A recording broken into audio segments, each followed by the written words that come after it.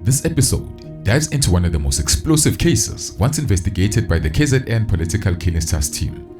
Before the suspended police minister, Senzo Mkhunu, stepped in, kept the dockets and stalled the cases. Now shocking details have surfaced. One of the suspects facing multiple hit charges is a relative of former President Jacob Zuma, Inkosi Simphiwe Zuma, head of the Nxamalala clan in Impendle. He was already out on bail for allegedly ordering a hit on one of his own relatives. But while walking free, he was recently charged again, this time for an assassination of a DA councillor from Umgeni municipality, who also happens to be a Zuma relative. Now in this episode, we'll unravel the chilling cases tied to Inkosi Simphiwe Zuma of Impendle.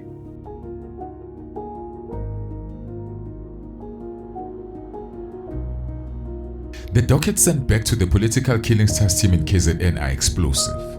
They contain highly sensitive cases, some even involving powerful leaders in society. Out of them, 107 are murder cases. According to Acting Police Minister Kachilia, those documents were never meant to return to KZN. They were supposed to remain with the ministry until the Madlanga Commission.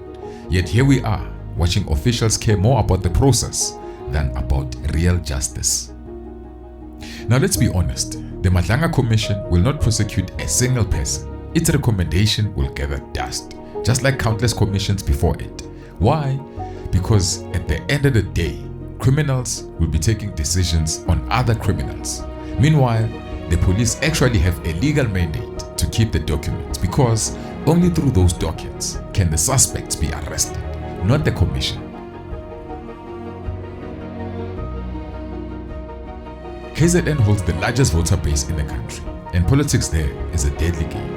The reason political killings are so rampant is simple: money and power. Those who become mayors, councillors or political leaders gain control over tenders, and with that control, they funnel municipal money into the hands of their allies. Now the same money is then recycled into the political campaigns, vote buying and party conferences. In short, power funds loyalty, and loyalty secures power.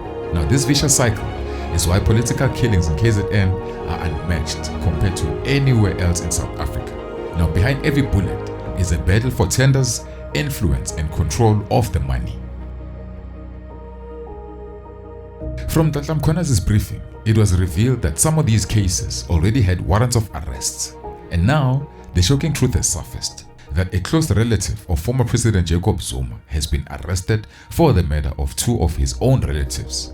Now Inkosi Simphiwe Zuma, who is a traditional authority of Amanxamalala clan in Mpopomeni, is accused of ordering a hit of his cousin, Nhlalayenza Ndlovu, a DA councillor and a chief whip in the Umgeni municipality in 2023. Ndlovu had been exposing Zuma's illegal sale of land in the Emasosheni area. Shortly after that expose, a hit was allegedly ordered on his life for 75,000 rands. Now Ndlovu was gunned down in a hail of shots right in front of his family. The shooters vanished and the case went cold. That's when the DA turned to AfriForum investigators. Now they dug up the evidence, handed it to the police, and after long delays, the arrests were finally made. Zuma also stands accused of plotting the head of another relative, Zuma, head of the Induna. Now in this case, Zuma's alleged co-conspirator is Induna Buthelezi. Now the motive is a bitter dispute over authority within the Amanxamalala clan. Kalogunye was at home when strangers stormed in, asked for him by name, and then when he came out, they laid him down in cold blood in front of witnesses. Now after that hit, Inkosi Simphiwe Zuma publicly expressed his shock, claiming he couldn't believe people would murder his close ally so brazenly in broad daylight. But when evidence linked him directly to the crime, the community was stunned. The betrayal was deeper than anyone had imagined. Now Inkosi Simphiwe Zuma's co-accused, Induna Buthelezi, was also involved in the plot to kill the DA councillor Nhlalayenza Ndlovu. Now Ndlovu had been exposing Buthelezi as well for theft of transformers and the illegal electricity connection supplying new villages in Mpopomeni. Now once Buthelezi's road was uncovered by the police, he turned state witness against his co-accused, Inkosi Simphiwe Zuma. Now Zuma is also said to have been a close ally of Stanley Skhosana, the man believed to be behind the assassination of another KZN whistleblower, Sindiso Magaqa. The state says Zuma is the mastermind behind Ndlovu's murder. It says Ndlovu was killed because he was seen as a stumbling block in an illegal scheme to sell land and illegal electricity connection to the people of Mpopomeni Township. He was shot at his home in the township in 2023. The state alleges that 70,000 rands was paid to his killers. State Prosecutor Lawrence Gaba says Zuma enabled Zwelithini Buthelezi to evade the police immediately after the murder. Gaba says Zuma paid Buthelezi from the tribal coffers while he was on the run. Buthelezi has since turned state witness. Gaba says they have a watertight case as they have in their possession voice recordings between Buthelezi and Zuma discussing the hitman to kill Ndlovu. He says Zuma is not to be trusted as he was allegedly instrumental in facilitating a 200,000 rand bribe in July for a magistrate in a separate case to get bail. Ndlovu's brother says the accused is their relative. We are very close to the accused. He is not just a distant relative. We come from the same family line. This has affected the family in many ways. As we speak, trust has been tainted. If he is really guilty, we do not know what the future holds. But here's the real tragedy. Political killings, especially the silencing of whistleblowers, has never been taken seriously by the government. Now, over the years, our country has lost hard-working, honest public servants who are trying to make South Africa function better. Instead, greedy, self-serving individuals have risen to the top, protecting each other at any cost. They put the interest of the party and often their own pockets above the interest of the country. And then we hear President Ramaphosa telling us we must ask ourselves why nothing is working in this country. And the truth is simple. Nobody has a plan for South Africa. They only have a plan to loot and to protect themselves and stay in power. Now, the same politicians are trying to spin the narrative that Nhlanhla Mkhwanazi is the problem, just because they didn't follow procedure. But how can you follow procedure when the entire process and the entire system is run by corrupt officials? Babita Deokaran followed procedure, and look what happened to her. She was murdered, and she was not protected at all. Now, Shell Kamil was also not protected at all. Meanwhile, the guilty walked away with more state contracts, reward for blood on their hands. You see, the government isn't really angry about the procedures. It's angry because it has been exposed. And we shouldn't be shocked if come next year, Mkhwanazi is removed. But for now, the case of Inkosi Simphiwe Zuma and his co-accused is still before the courts, and how it ends, we'll wait to see. But one thing is certain, the saga of the 121 dockets is far from over.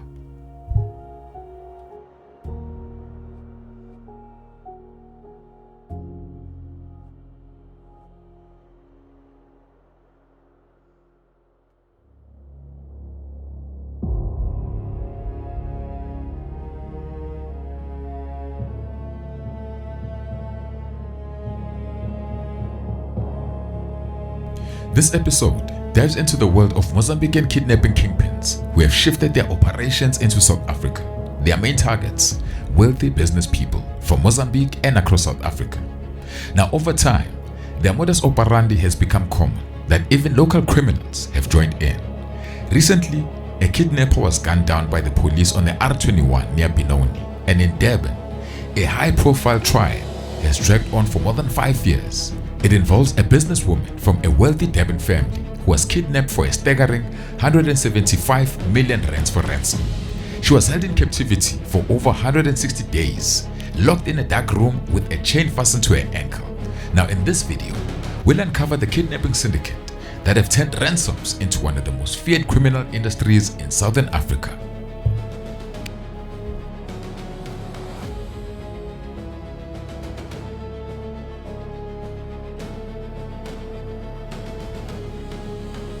Nini Satar was one of Mozambique's most feared underworld figures. His rise to power began in the 1990s when the country was reeling from years of civil war. Institutions were weak, corruption was everywhere, and the economy leaned heavily on foreign aid, the perfect breeding ground for organized crime. Now, born into a wealthy Mozambican Indian business family, Satar had access to money, influence, and connections. This opened doors into both the world of legitimate trade and darker illicit economy. He moved into import-export, foreign exchange, and banking networks, all of which became a front for money laundering and large-scale fraud. Alongside his brother Ayub and an ally bank manager, Vincent Ramaya, Satar engineered one of Mozambique's biggest banking scandals through fake loans, forged documents, and fraudulent import-export deals. They siphoned nearly $14 million from Branco Commercial de Mozambique. Now, in the early 90s, for a country dependent on aid, this was a devastating blow to their small financial industry. Now, Satar knew early on that corruption was the key to survival. He built deep ties with politicians, police, and intelligence officers, ensuring protection and inside information. Now, with these shields in place, he moved into an even darker enterprise, kidnapping for ransom. By the late 1990s, Satar had become the mastermind of Mozambique's modern kidnapping industry, targeting wealthy businessmen, their families, and even foreign expatriates. His victims were often wealthy Mozambicans of Indian descent, in many cases, his own community of Muslim people. He commanded networks of hired killers, corrupt police, and foreign missionaries. Now, ransoms were paid in cash or funneled through offshore accounts.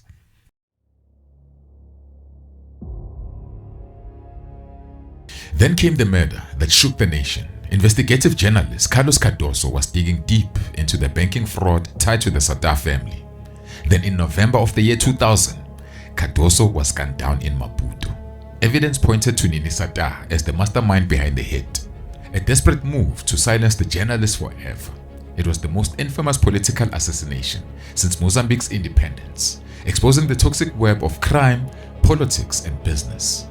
Then in 2003, Nini Satar was convicted and sentenced to 24 years in prison for Cardoso's murder. But prison did not stop him. From behind bars, he continued orchestrating kidnappings for ransoms, making millions of dollars, proving his empire was bigger than the prison walls that held him.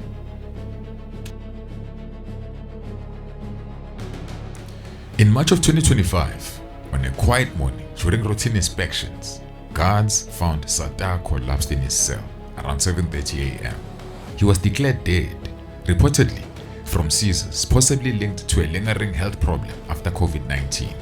But by then, his legacy had already spread. Now, Satar had built a strong syndicate. His men learned the trade under him and later branched out on their own. In the 2000s, as wealthy Mozambican Indian families fled to South Africa to escape kidnappings, the syndicate followed. Many of Satar's men slipped into Southern Africa using fake IDs. Some of them even married local women. Once settled, they brought the wave of abductions across the border. Now, by 2010, kidnappings, once rare in South Africa, were rising sharply, fueled by the network Nini Satar had created. Now, even in death, his shadow lingers over Southern Africa's underworld. Today, many of the most sophisticated kidnapping gangs in South Africa are run by former henchmen of Nini Satar. Some of them have already crossed paths with the law, and their stories are crazy. One of them is Ismail Nengi, who I've already covered in previous videos. Nengi was arrested twice by South African police for kidnappings. One of his most public cases was the one of Gita Samgi, who was found dead near a highway in Mbombela. Then the second one was of KwaDukuza businessman Zakaria Desai, who was kidnapped outside a mosque after evening prayers. Now, Desai spent 5 long months in captivity before being released. Yet, despite the evidence, Nengi walked free after prosecutors mysteriously withdrew the charges. Then there was Mauri Mukambe Jr., another graduate of the crime school. He was wanted for abducting a Pakistani businessman in Pretoria who owned a wholesale shop. But Mauri's reign ended in 4 ways when he was gunned down in a violent shootout with the police.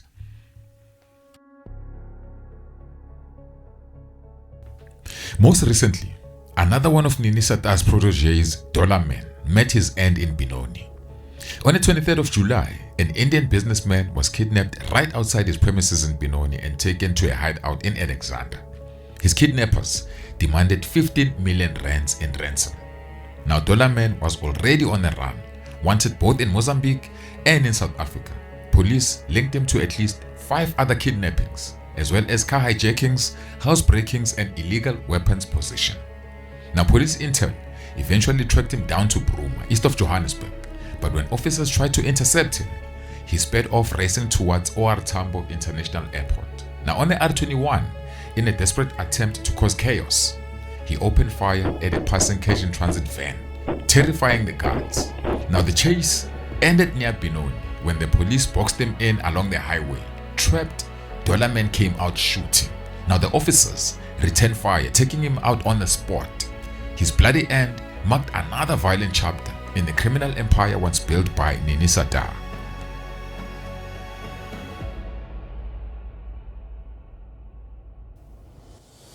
After Dollar Man was taken down, police searched his car and found 5 cell phones. Inside those phones were addresses. One of them led straight to a house in Alex. Acting fast, officers raided the location and they discovered the kidnapped businessman from Benoni.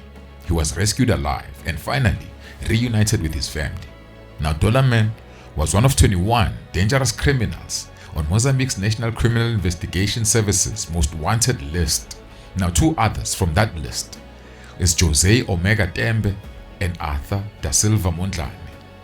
These guys were recently arrested in Durban for a high-profile kidnapping of a businesswoman, Sandra Munsami. Munsami was a financial manager of Crossmore Transport and Exmore Transport. This was a family business. Now she was abducted on the 30th of May 2019. Her kidnappers included Lucas John Ndlovu, who's a South African, and Dumisane Khatebe, who's also a South African, then Tembe and Mondlane, the 2 Mozambicans. Now behind the scenes, Mondlane's cousin, Almika, a feared Mozambican gangster, and another man known as Chris, a professional kidnapper, also played key roles in kidnapping Munsami. The plot began in Zimbabwe when Almika went with Elvin Naika, Sandra's brother, to negotiate the purchase of a gold mine. Now during the trip, Elvin allegedly boasted about his wealth, even bragging that he had once loaned out $12 million with ease. Now that slip of the tongue planted the idea of the ransom. Now Tembe and Mondlane decided $10 million would be the right price for this ransom. At first, the kidnappers planned to snatch Sandra's father, but after watching him closely, they abandoned the idea. He was too old and too frail. Their second target was the brother, Anderon Naika. Yet after weeks of surveillance, they realized that Anderon would be nearly impossible to catch. He was unpredictable, no fixed routine, always switching routes, speeding through back roads and shortcuts. Finally, the kidnappers shifted their focus to Sandra Munsami herself. Compared to the others, she was easier to track and easier to take.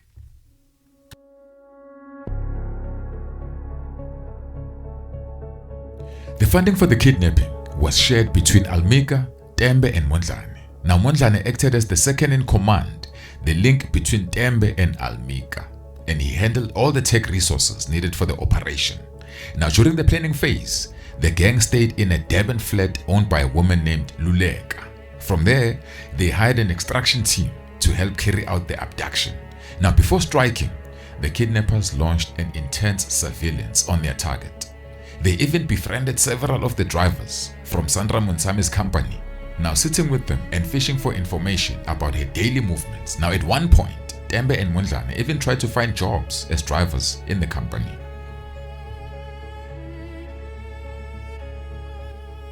On the day of the kidnapping, Tembe and Mondlane parked outside Munsami's company under a tree. Disguised in blue overalls, Chris and Khatebe waited nearby at a garage in an MP200 van, while the extraction team lay in position on the freeway.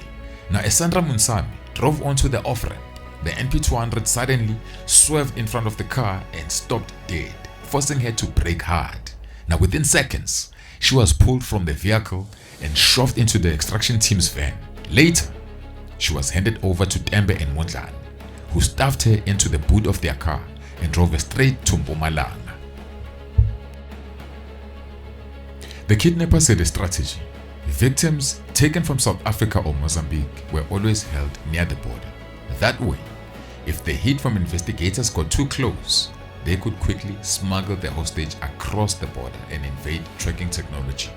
Now Mpumalanga, because it's close to the border, it has become a preferred hiding ground for the gang.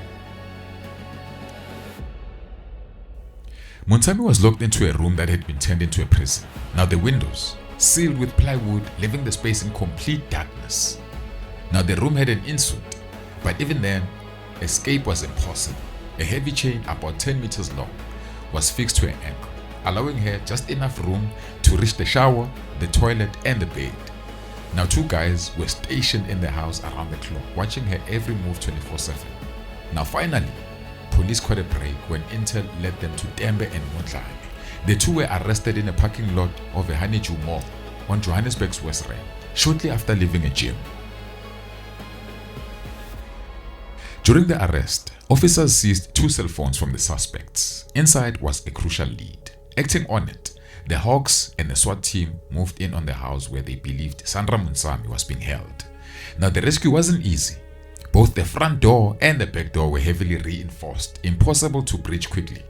The team then forced entry through the garage, where they overpowered 2 men. Under pressure, the men directed the police to the room where Munsami was locked away.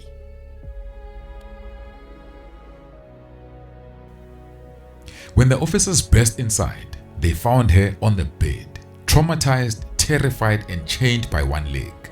The moment she saw the rescuers, she broke down crying. After months in darkness, she was finally free. But the story didn't end there. 6 years later, the court case is still ongoing. The kidnappers, already facing kidnapping charges, also stand accused of extortion, aggravated robbery, and being in the country illegally without valid permits.